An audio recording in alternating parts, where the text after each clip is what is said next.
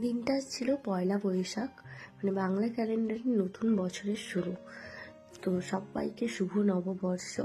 আর দেখো, নববর্ষের দিন কিন্তু আমাদের ভগবানের দর্শন, মায়ের দর্শন করেই শুরু হয়েছিল বছরের শুরুটা। আর দুপুরে ছিল প্রসাদ খাওয়া। তো প্রসাদে ছিল হচ্ছে মায়ের প্রথমে ছিল ফল প্রসাদ, তারপরে বেগুনি দিয়েছিল, তারপরে ছিল হচ্ছে সয়া চিলি আর ফ্রাইড রাইস। ওইটা খাওয়ার পরে দিয়েছিল সাদা ভাত, আলু ভাজা, শাকের ঘন্ট, ডাল। এরপরে দিয়েছিল হচ্ছে আলু পটলের তরকারি, আর শেষ পাতে ছিল আমের চাটনি, দই, মিষ্টি আর পাঁপড়।